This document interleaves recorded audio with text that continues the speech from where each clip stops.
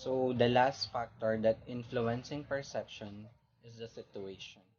Perception is also affected by the environment, and these are the time, work setting, and social setting. So the first one is time. As people's mood vary from time to time, perception also varies depending on the time the subject experience or sense of time which is measured by someone's perception. For example, approaching your manager about your paperwork, and you should know first what time he or she have a good mood in order for you to communicate with him or her comfortably. And the second one is work setting or workplace is differ from one another, as such perception also have differs from workplace to workplace. An example of this is like in the department of marketing in a company, they work as a team. They share ideas and opinions on their work. But in the other department, like finance, they work as an individual because they have different assigned work. And lastly, the social setting is also a factor in perception in which people live in or in which something happens or develops. It includes the culture and that the individual or was educated or live in, the people and the institution of with whom they interact. For example, here in Aguilar we have so-called Derman. In other municipalities, they love to buy the Derman that made from Aguilar, but the people of Aguilar they just saw this as normal goods in their daily living. So now let's talk about the attribution theory. Attribution is the process by which people assign causes to the behavior they prescribe. It's also the useful theory to better understand human behavior. So dito po sinasabi lang na we are helping people or we are trying to help ourselves to determine what causes of our behavior. In other words po, ay hinahanap yung causes kung bakit ganun po yung behavior natin. For example po, this is Ella, ang pinakamagaling, ang pinakamatalino sa She extremely driven and focused po sa pag-aaral. However po, ang pinaka-favorite niyang subject po ay math. So lately, Ella has not doing well sa kanyang mga subject at siya po ay distracted at unfocused. She even the best, the worst student on their class. So, her classmates were talking about her to their last exam. They are wonder what happened to Ella. Kung siya ba ay give up na sa kanyang pag-aaral, iniisip na lang kung ano ba yung causes kung bakit naging ganun si Ella. So even Ella's math teacher po, who has concern to her.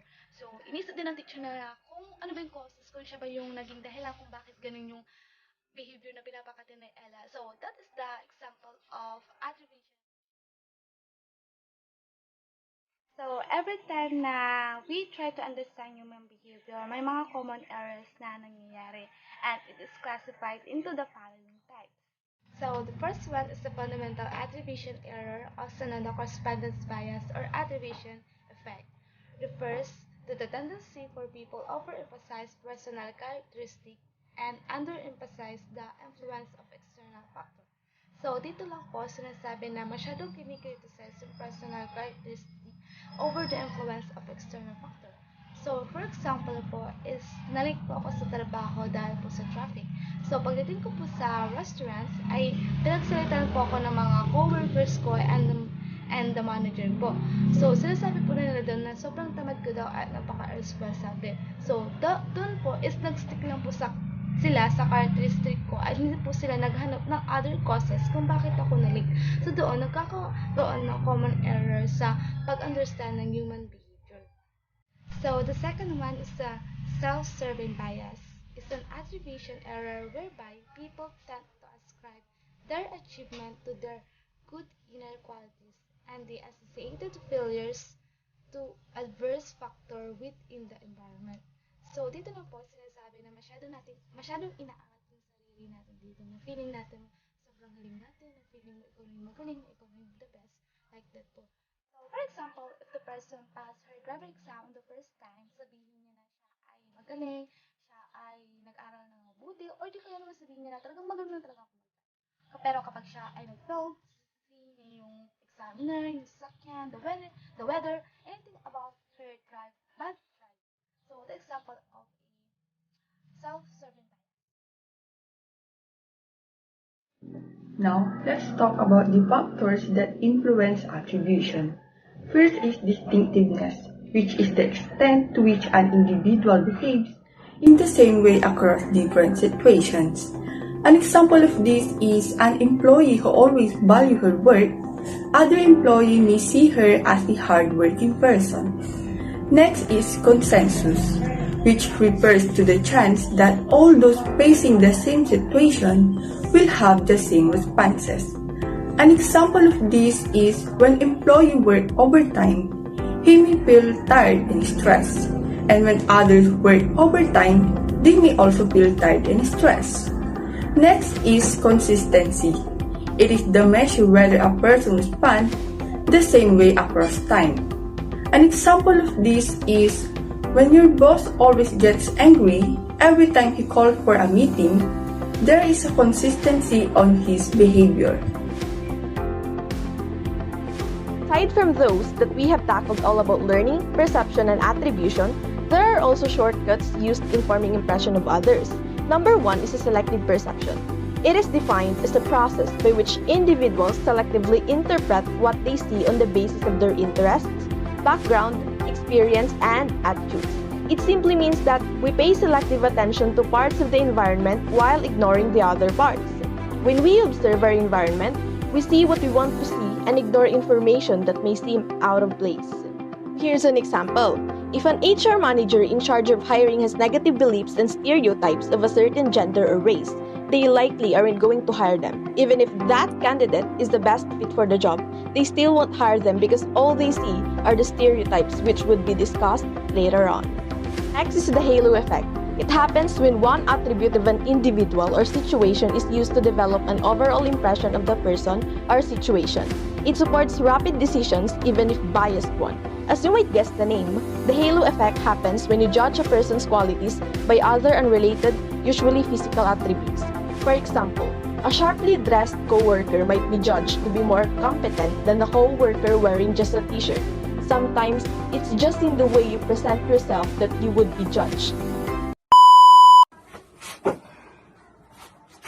Uy, sakto. Gutom na ako.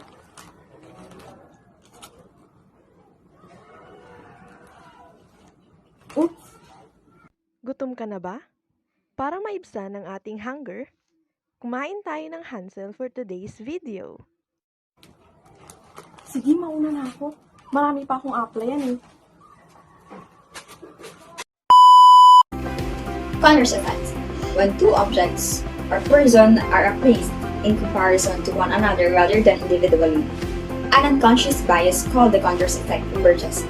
As a result, when we begin to compare items or person to one another, our viewpoint shifts. We tend to judge them based on how they compare to one another rather than on their own qualities. Tony's doing great, right? She keeps herself busy for that coming project. And like Hazel, she's always in her seat. As you can see in the video, their co-workers only remember and praise the one who keeps asking and doing visible action. While Hazel, on the other hand, is always on her feet addressing it with more learning and growth possibilities of their upcoming project, where they can't see it.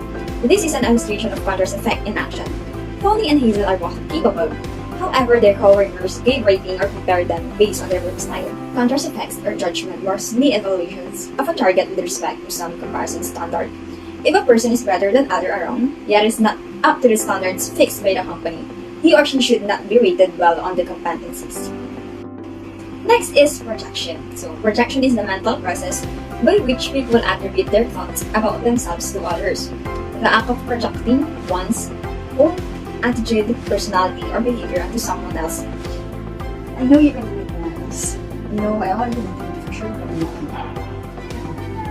At work, projection can take the form of projection bias, which is the idea that what is essential to you is also important to your coworkers or subordinates.